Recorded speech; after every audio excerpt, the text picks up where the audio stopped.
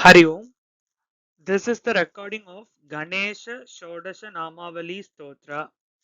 So, Shodasha means 16 and Namavali means names. So, this particular stotra contains the 16 names which is very auspicious for Lord Ganesha. So, let us first learn the names individually and then we'll go into the sloka. Om Sumukaya Namaha. Om Sumukaya Namaha. Om Ekadantaya Namaha. Om Ekadantaya Namaha.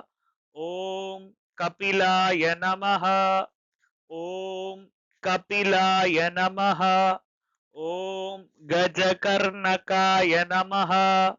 Om Gajakarnakaya Namaha. Om Lambodharaya Namaha. Om Lambodharaya Namaha. Om Vikataya Namaha. Om Vikataya Namaha. Om Vignarajaya Namaha. Om Vignarajaya Namaha. Om Ganadipaya Namaha. Om Ganadipaya Namaha. Om Dhumraketave Namaha. Om Dhumraketave Namaha. Om Ganadhyakshaya Namaha. Om Ganadhyakshaya Namaha. Om Bhalachandraya Namaha. Om Bhalachandraya Namaha. Om Gajananaya Namaha. Om Gajananaya Namaha. Om Vakratundaya Namaha. Om Vakratundaya Namaha. Om Shurpakarnaya Namaha. Om Shurpakarnaya Namaha. Om Herambaya Namaha. Om Herambaya Namaha. Om Skandapurvajaya Namaha. Om Skandapurvajaya Namaha.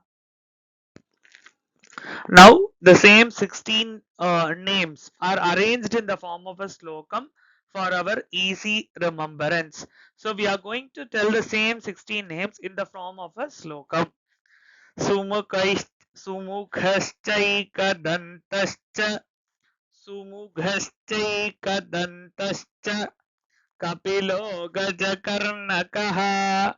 Kapilo Gajakarnakaha. Sumukhaschaikatan Sumukhaschaikadantascha. Kapilo Gajakarnakaha. Sumukhaschaikadantascha. Kapilo Gajakarnakaha. Lambodarascha Vikato.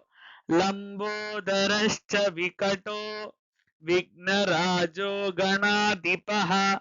Vignarajo Ganadipaha. Sumukhaschaikadantascha.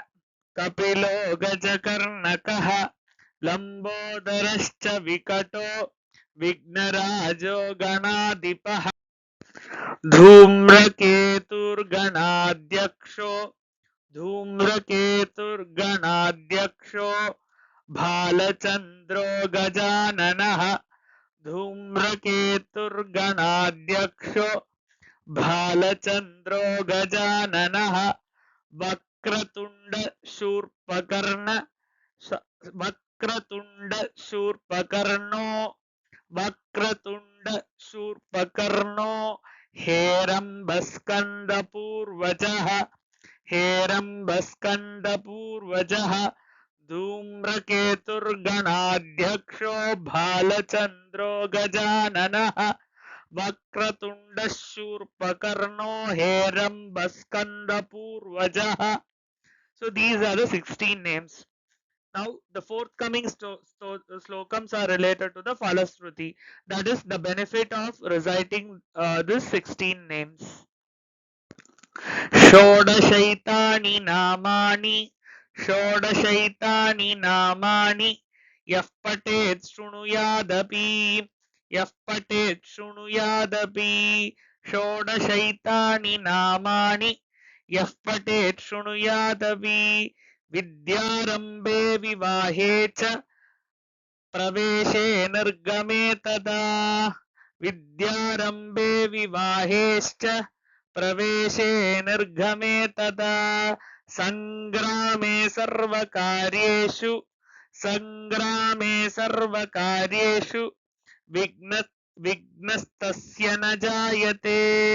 विघ्नस्तस्य न जायते षोडशैतानि नामानि यः पठेत् शृणुयादपि षोडशैतानि नामानि यः पठेत् शृणुयादपि विद्यारम्भे विवाहेश्च प्रवेशे निर्गमे तदा विद्यारम्भे विवाहेश्च प्रवेशे निर्गमे तदा संग्रामे सर्वकार्येषु विघ्नस्तस्य न जायते संग्रामे सर्वकार्येषु विघ्नस्तस्य न जायते, which means these 16 names are, whether it is recited or whether these names are heard during Vidyarambam, Vivaham, or any kind of process in which you enter or exit.